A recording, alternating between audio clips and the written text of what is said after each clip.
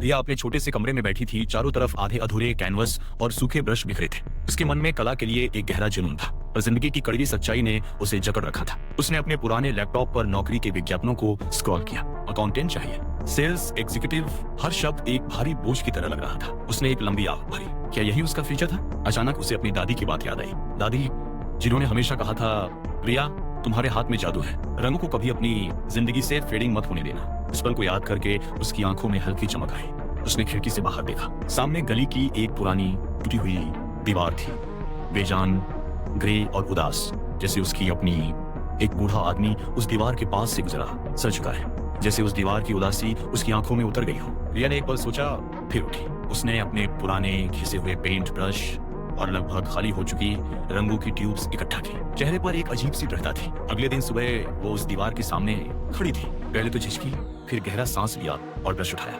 Grey दीवार पर पहला वाइब्रेंट रंग लगा। धीरे धीरे कैनवस की जगह अब ये दीवार उसका नया प्रोजेक्ट बन गई थी।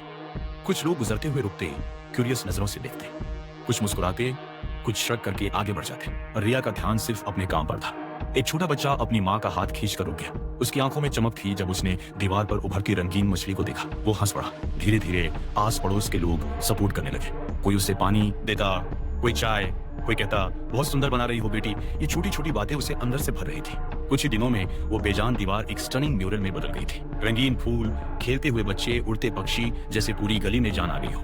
रिया ने पीछे हटकर अपनी कलाकृति को देखा। उसके चेहरे पर सिर्फ सुकून नहीं था, बल्कि एक नई होप और सेल्फ बिलीफ की किरण भी थी। शाम को पूरी कम्युनिटी उस दीवार के पास इकट्ठा थी। लोग मुस्कुरा रहे थे, तस्वीरें ले रहे थे। एक छोटी सी पहल ने एक पूरे मोहल्ले का मूड बदल दिया था। रिया ने समझा कि उसका असली पैशन सिर्फ पेंटिंग करना नहीं, बल्कि लोगों के चेहरों पर खुशी लाना था। उसका कैनवास अब उसकी दुनिया बन गया था।